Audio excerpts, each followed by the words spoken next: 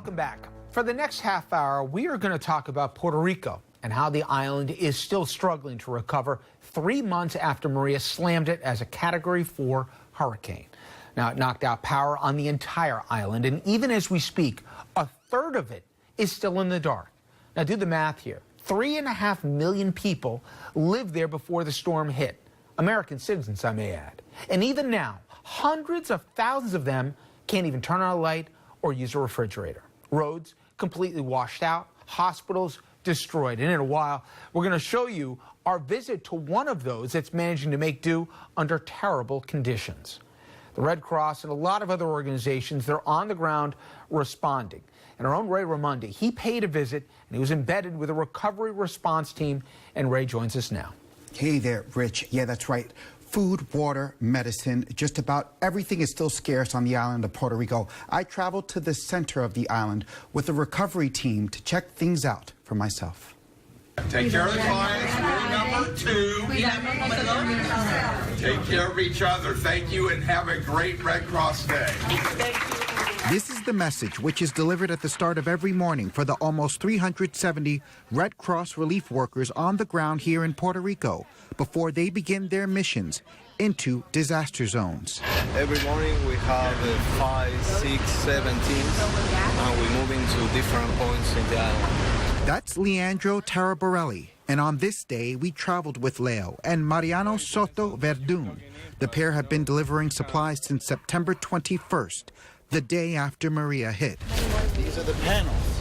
I help out in an assembly line where solar panels, generators, water filters, radios, and other critical supplies are taken from a storage truck. 6. Okay, this is our last one, number 7. Before they are placed into SUVs and vans. This is the last generator to be loaded before our mission begins. This morning we're delivering generators to folks who have small medical devices because they need to be, they need power to make them work so that they can be more comfortable and go on about their life. It's difficult enough. They've got to get water from the streams. That life is not easy here anymore. Life is especially not easy for those who live in the municipality of Sidra. It's where we will spend the majority of our day. This mountain region, one of the areas hit hardest by the hurricane. The task? To deliver supplies to those areas most difficult to reach. You need to climb mountains. You need to go up to the mountains. Right now you see the different geographies, but it's really difficult to find people. Before our first delivery, we meet with Pastor Marcos Hernandez. Telling us in Spanish we are going to 2 sectors, or neighborhoods in the community. He shows us a list he's made of families in need. He's the eyes and resource for Red Cross and relief efforts here. This barrio, or neighborhood known as El Verde, was hit very hard. The home you see here, occupied by a man in his 60s, obliterated by that powerful hurricane. In this neighborhood, there are many apartments that their second floors are just completely destroyed. As you can see, the roof was completely torn away by Hurricane Maria. The only resource for this homeowner, his cousin Liz Vergara. While she checks on her cousin, she tells us what is needed the most is food and water. And despite the difficulties, she can't complain. She's happy she and her family survived. And on this day, a glimmer of hope as Red Cross workers give her clean blankets, solar lamps, and a portable radio, which makes the homeowner who lost everything smile from ear to ear.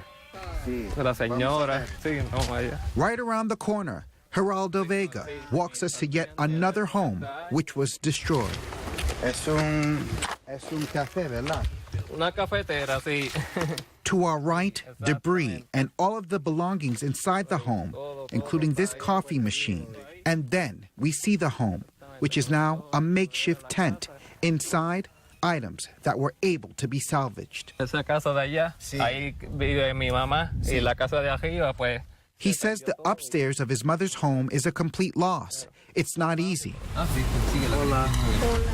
Our journey then takes us to this neighborhood, known as Sector Arial, At glance, these homes look fine, no damage. But during Hurricane Maria, that very street underwater, a nearby river cresting to unprecedented levels. Nathaniel Vasquez capturing the moments on his cell phone. Cuando tú veo este video, ¿cómo se siente? Fuerte.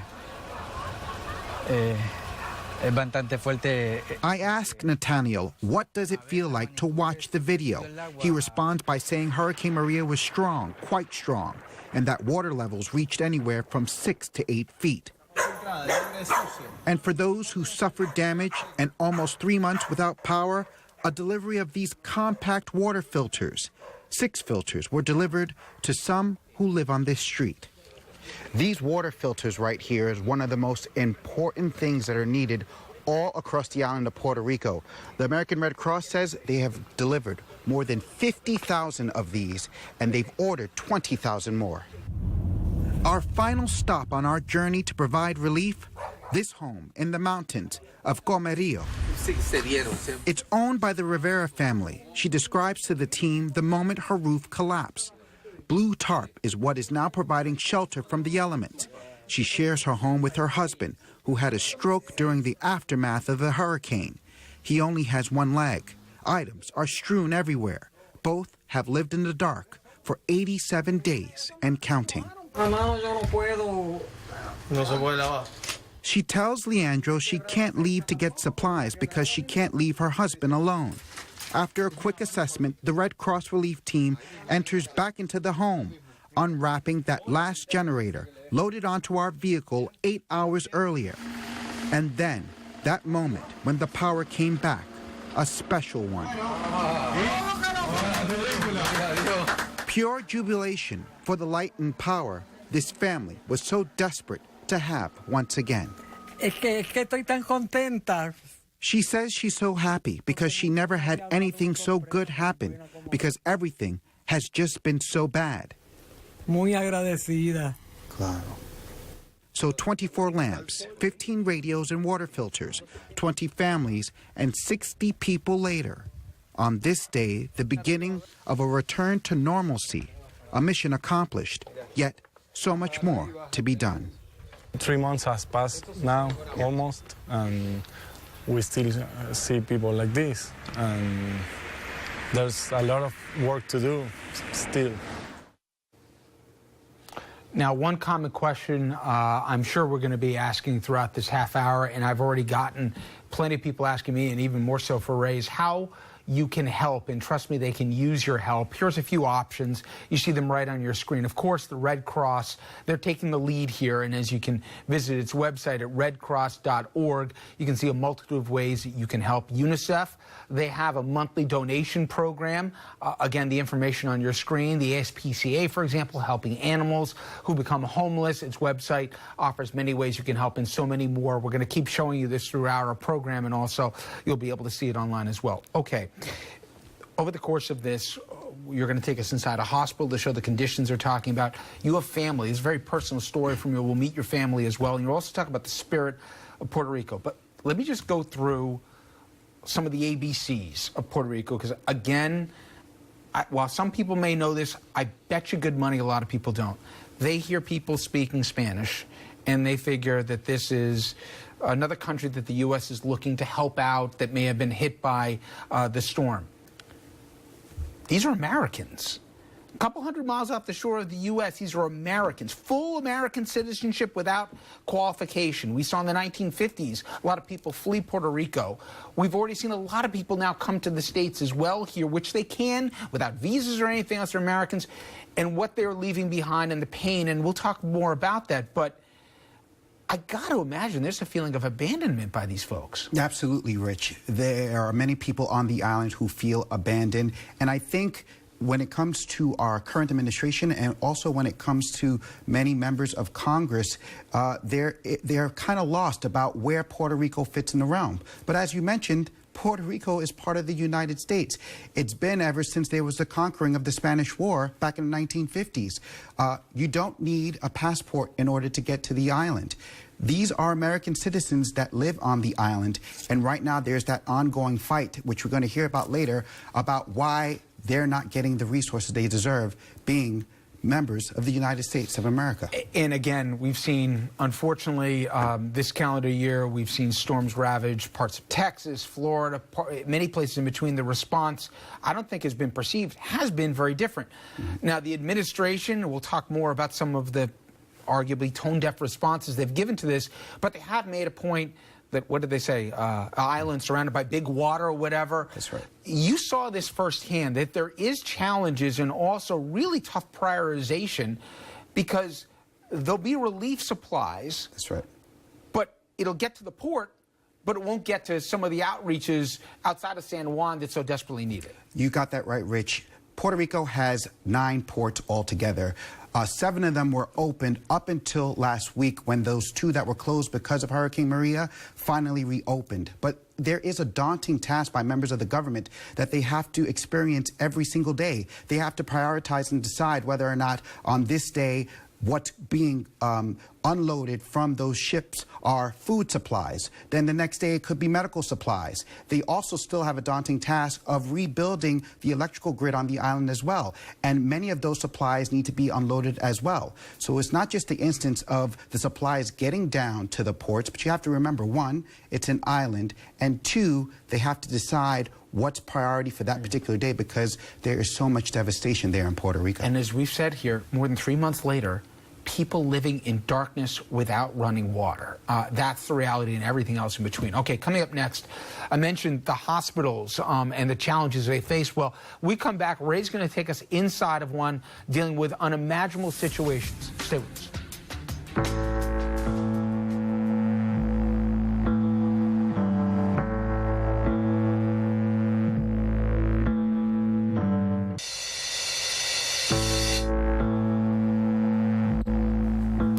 Welcome back. The sick, the injured, the disabled, the elderly. They are the most vulnerable, and they are the most in need when it comes to the island of Puerto Rico today.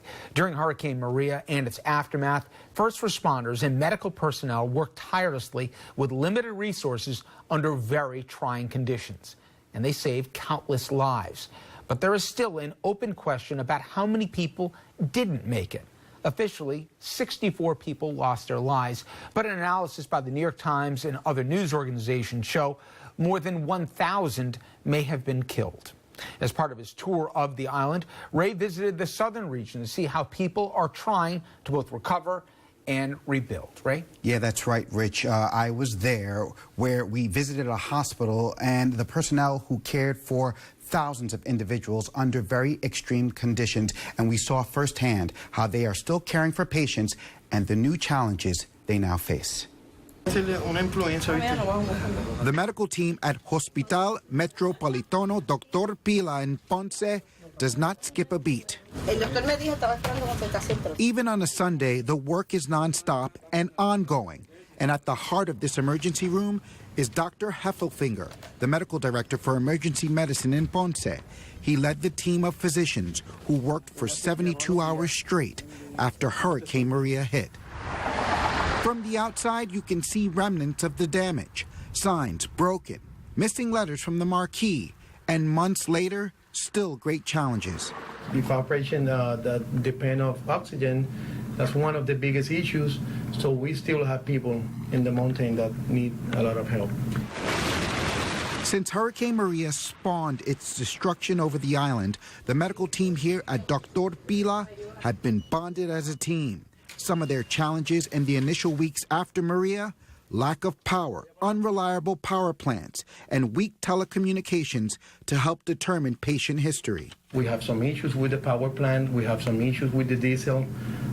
So it was a very difficult situation for us. Dr. Heffelfinger cared for more than 1,000 patients in just a 2-week span after Maria struck.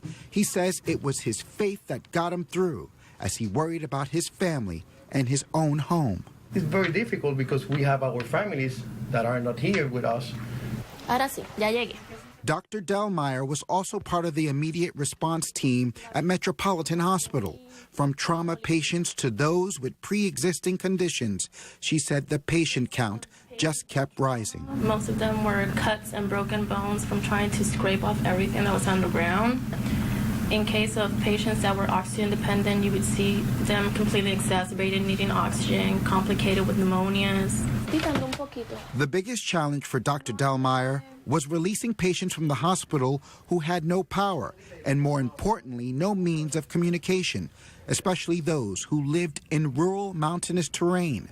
Scanners were used in the hospital to keep in contact with first responders. The paramedics would call us. They would call each hospital. They would tell us, we have this patient, hold up, we're going to send you up with the doctor. We would talk through EMS controls. This was devastating, not only for one municipality, but for all of Puerto Rico. Colonel Peter Polanco of the U.S. Army was on the front lines of response as soon as Maria unleashed her wrath. His mission from the beginning, delivering medical supplies and triage to those in the areas hardest to reach. Maybe the road is closed, so if they can't get out, we get to them. And we do medical profiles on them. We do prescriptions. We do vaccinations. If we have to do a medevac out, we do that too. The colonel says part of the major challenge for delivering medical supplies to the island is the daunting task of government leaders prioritizing how shipments are unloaded from the island's 7 ports. 2 of them are open right here in Ponce. But you can only download a certain amount of trailers. So maybe one day it may be medical, next day may be consumables, food, other stuff. It's what is priority. Everything is priority. So we have to learn and understand that this is a day until we get back up to speed and back together at a more normal situation. In the meantime, first responders and the medical team will continue to work with what they have, as there is no question their priority is to continue to provide care for those who are sick and injured. You know, it seems pretty clear, Ray, that even months later, yes, the people on the ground are treating this like an emergency situation, trying to get acute care here to the people who need it, who are hard to reach. I think a lot of people just imagine back home that, well, the worst in the few weeks were after it, now everybody's getting the treatment they need, but they're concerned about getting oxygen to people. Absolutely, Rich. They are just getting over the hump of recovery. There's still a lot of work to be done, particularly when it comes to the response. And as you just mentioned, there are people who live in the mountainous areas. Some of the places that we visited, Cidras, Caguas, and all of those particular municipalities where there are a lot of elderly, senior people who live there, and they have no access to oxygen. There are also people in those mountainous areas who are diabetic. They had to throw away all of their insulin supplies because they just had no power to keep them cool. So as you mentioned, this is very much still an emergency response some 3 months after Hurricane Maria. And even before the storm hit, you had a lot of Medicaid recipients. I mean, there's a double whammy here. You have people who don't have a lot of means, and now on top of it, Washington's doing them no favors. Absolutely. There is a big divide when it comes to support, when it comes to what's being given and what the government and what the first responders and the medical professionals can do when it comes to those patients who don't have health insurance. Right now, what's great about those patients who don't have it, those medic volunteers who are on the ground from the U.S. Army, the U.S. Army Corps of Engineers, and the Red Cross who are down there working for free and providing whatever care necessary, particularly to those patients who have acute care needs. And we're going to be talking about the government's commitment or lack thereof coming up. And next, we're going to put a human face on this tragedy. For Ray, this wasn't just a news story. This is a personal one. He visited with relatives who lost a lot, but did not lose hope.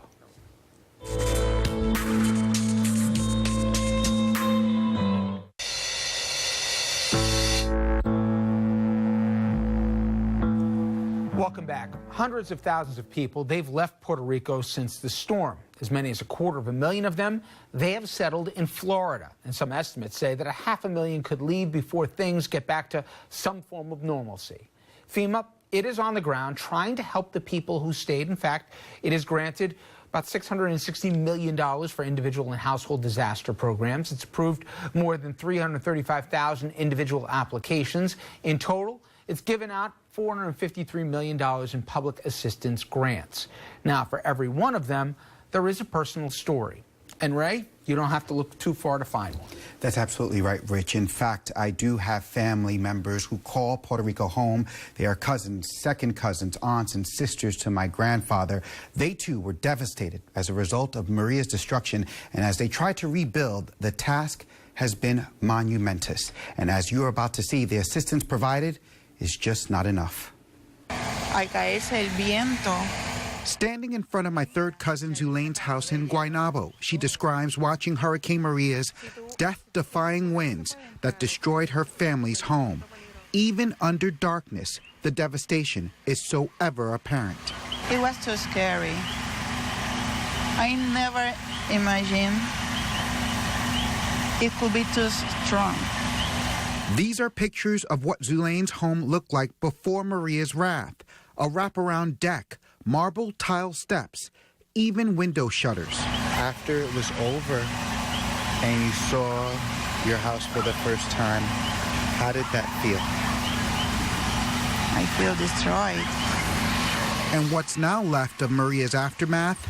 Bent steel, a collapsed roof, protruding wood planks, that wraparound deck, now unrecognizable. Using a side gate, we climb on what's left of the home's foundation. Then Zulane's husband, Fernando, invites us inside. Careful. Careful. Once inside, we see what used to be their living room. Soaked wood paneling scattered everywhere. Furniture and couches severely damaged. 2 flat-screen TVs gone. The table is holding the roof up. Yeah. Yes, you heard it right. Their dining room table is holding up their collapsed roof. That table allowing us the access to survey the damage. All the wall back and forward, and the structure said, okay, you won. And Hurricane Maria did win, decimating their kitchen. Cabinets ripped off the walls, tossed like rag dolls across the floor. You break my heart. And next door to the living room, their daughter's room. The wood paneling torn off, the ceiling fan sheared by those 170-mile-per-hour winds. We was in my mom's house. Oh, we saw everything. We saw everything. We saw the house going down. Slowly. This is our room. Then we see the master bedroom. The destruction, eye-opening. The roof on this side of the house blown off. When you look up in this bedroom, you see the night sky. How does it feel to come back in here right now? It is devastating. Adding to the devastation, this award letter they received from FEMA at the end of November. FEMA only giving them a total of $1,235, $129.50 of that money only for repairs, and $1,100 for rental assistance, which was only enough for 2 months. We target the most heavily impacted areas, and then the third thing is I actually send teams out going door to door into communities and barrios. Acting FEMA Regional Administrator Michael Byrne updating the New Jersey delegation who traveled down to Puerto Rico. I also was the federal coordinating officer for 9/11 in New York and also for Hurricane Sandy in New York. So I've done more than my share of large disasters. This beats them all. When we asked FEMA to respond about assessment for my cousin's case, a spokesperson did not want to comment on specific cases, but did send us a list detailing the assessment process. An inspector is called to the property to assess damage. FEMA says inspectors do not determine eligibility at time of inspection. If a disaster survivor has insurance, FEMA encourages survivors to submit a claim, but FEMA will not offer duplicate benefits. FEMA also says it is referring disaster survivors to consider a low-interest Small Business Administration loan to begin repairs. But FEMA is adamant in saying every survivor's case is different, and eligibility and the amount is determined on a case-by-case basis. FEMA urges those who disagree with the monetary assistance to follow up with the agency. Like family, we united more. That's correct. We unite more. We solidarize that strength. Meanwhile, Zulane and Fernando are relying on family to keep them strong, their bond and our connection closer and tighter than ever. I'm going to help. I'm going to help any way I can. Is that what's going on right now? Is that $1,200 that you burned through in 2 months, pretty much, now it's gone, and people have to look to see if somebody else has got a house standing to open their doors? Rich, as my cousin put it, it was absolutely insulting when she got to see that letter. She cried for 2 days after seeing that. What I could tell you is that they have so much resiliency, but right now they're staying at my cousin's mother's house, Evelyn, but there's about 8 to 9 people in that home. Their block still doesn't have any power, and they're using a generator that only lasts them from 8 o'clock at night to 4 a.m. in the morning. And to fill that generator, it costs them anywhere from $50 to $60 a day, some $700 a month. They simply can't afford it anymore. Well, I would imagine what has been an accelerant to the problem is when people look for help or messaging from Washington, it has been, to some, insulting. A lot of people more than upset with how President Trump has handled Puerto Rico. Now, bear in mind, again, I've said this, but it bears repeating, Puerto Rico is part of the United States with more than 3 million U.S. citizens living there. This is some of what President Trump had to say about the island. I hate to tell you, Puerto Rico, but you've thrown our budget a little out of whack because we've spent a lot of money on Puerto Rico. Puerto Rico is very tough because of the fact it's an island, but it's also tough because, as you know, it was in very poor shape before the hurricanes ever hit. Their electrical grid was destroyed before the hurricanes got there. It was in very bad shape, was not working, was in bankruptcy. We have massive amounts of food, but they have to distribute the food, and they have to do this. They have to distribute the food to the people of the island. So what we've done is we now actually have military distributing food, something that's really they shouldn't have to be doing. And the tweets are even worse. Trump keeps pointing out the financial trouble the island was in before the storm, highlighting the bad shape of the electrical grid again before the storm, said Puerto Ricans don't want to help themselves. And he went out of his way to point out that Texas and Florida are doing well after superstorms, but Puerto Rico is not. And don't forget about the time that Trump actually chose to visit the island with this spectacle when the president threw paper towels at survivors like he was shooting basketballs at a hoop. We can get into, we don't have the time, of the politics of this. Some people think the governor of Puerto Rico should have taken a tougher stance. Other people saying he's got to do whatever he can not to anger the president to get whatever aid they can. But believe it or not, as bad as things are on the island right now, they could get worse and will get worse with the passage of this new tax piece of legislation because aid was part of that. That's correct. And also, as you mentioned, Medicaid also a portion in terms of how things will get impacted. There's not a giant lifeline. I know we're supposed to say it's so great for all the middle-class people and poor people in this country. Certainly not if you live on the island. That's absolutely right. Not only were there appropriations in this new tax bill that was signed by the president last Friday that was supposed to give, or I should say deny relief to the island of Puerto Rico if passed, but there's also a provision of that tax bill that will essentially make it more expensive for manufacturing operations to happen in Puerto Rico. You know, part of this tax provision, Rich, the intention behind it is to make sure that it makes it more expensive for companies to operate outside of the U.S. in foreign jurisdictions. Now, there's a little quirk in the law that says that Puerto Rico is considered domestic for all purposes except for tax purposes. So you're talking about high-end manufacturing companies right there on the island that are occupied by U.S. citizens that are working there, pharmaceuticals companies, some of the highest paying jobs on Puerto Rico that now are going to experience this tax as a result of that bill that's going to really put a dent, a knife, at the heart of the economy in Puerto Rico. And the aid, what there was that was coming, is now also slated for cuts as well. Unbelievable. But with all that difficult reality, the one thing that Ray has stressed since he's been back is the unbelievable resiliency of the people of Puerto Rico, even with all the short-sightedness that they've had to deal with and the tragedy. That resiliency to survive, frankly, incredible, and their spirit is strong. Despite darkness across the island, literally and figuratively, there is light. We are strong people, and the island will continue to rise. Our efforts continue to be over 300%. That light and energy shining through the positivity and resiliency of those who have suffered the most here over the last 3 months. Challenges now to rebuild our island. Slowly, but we can do it. We can do it is a sentiment you hear often here, and it's helping to resurrect the island's beauty, a beauty natives say will never go away. From its coastal beaches on the southern part of the island to the postcard views of Old San Juan, the blue waters and ocean breeze, the cruise ships, all still part of the fabric of Puerto Rico. We've given what we best have for them. Boricua fuerte, ¿verdad? Yes, sir. Yes, sir. Palante, we will rise, and it will be much better.